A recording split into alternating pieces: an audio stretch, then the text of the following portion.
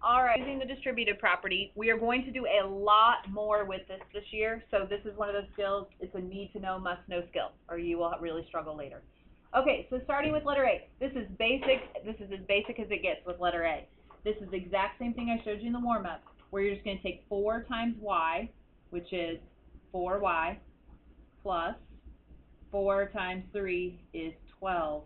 And I cannot add those together because they mean completely different things. So I have a 4y plus 12, and that is it. Okay? Like I said, this is baby stepping it. We will do a lot more with this. This is just making sure you get distributive property. Okay? Technically, they can put a number in front of it or behind it, and as long as it's touching the parentheses, it means multiplication. So even though I hate the way this one looks, it's still distributive property. So we're going to take y times y, which is y squared, and then y times 7, which I have to write as 7y. I cannot write it as y7, because then that would mean y to the 7th power. So it has to go behind the y like that. If you have questions, just stop me, and we'll talk about it more. All right, letter C. Here is why I like to change my subtraction signs to plus and negative. You guys have kind of seen me do that. I haven't forced you to do that, but I like to change them because when I go to distribute, I don't make silly mistakes this way. So what I do is I take this n times n, and this is a negative n, so this will be negative n squared, because I had a negative and I had an n times an n. Okay? Then I have a negative n times a negative 9, so a negative and a negative makes a positive, so positive 9n.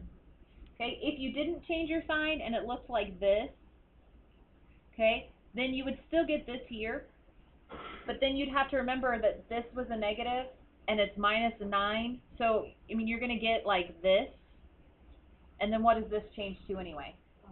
Positive. So that's okay. I just find that you guys make more silly mistakes when you do that. Or just make sure you cover this up and you're like, yeah, that's a negative 9, so I need to distribute with a negative. Okay? All right. Sometimes there will be just this random negative on the outside. Okay? You have to distribute that also. This is like saying there's a negative 1 out here, and you got to take that times everything. So if I have a negative 1 times 2x, that's negative 2x. And then here again, if you don't change your sign, you have to look at that and say, oh yeah, that's negative 11. So I'm taking a negative 1 times a negative 11, which is a positive 11. Okay, and you saw all this last year, right? Yeah. Like a lot of this stuff is not brand new. We just have to make sure we can do it. Okay, now the fractions. Remember, fractions are our friends. Okay, this is really not that hard. It just looks hard. So I'm going to take 1/6 times 6.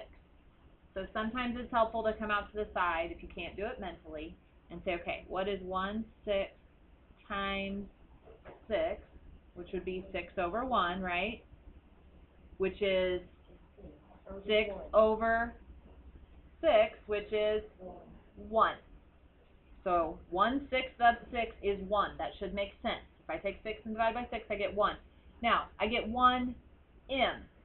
I don't have to put the 1 there if I don't want to. So if you want to put 1m, great. If you want to just put m, that's great too. Okay? Now I'm going to take, I've got the subtraction. Now I'm going to take 1/6 times 3. So I'm going to come out here to the side, 1/6 times 3 over 1. Here's where I would probably cross reduce. So I can multiply straight across and get 3/6, which is 1/2.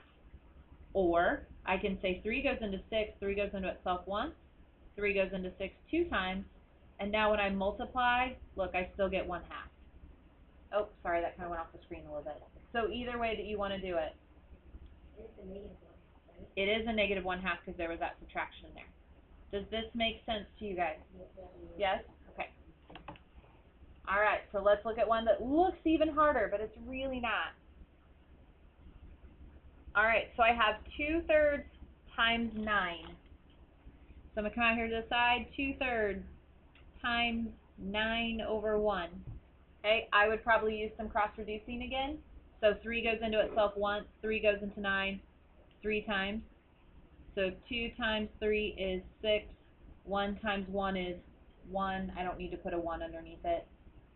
And this was a negative, so this will be negative 6y. Does everybody follow me there? Are we okay? Yeah, we kind of. You have one question? Sure.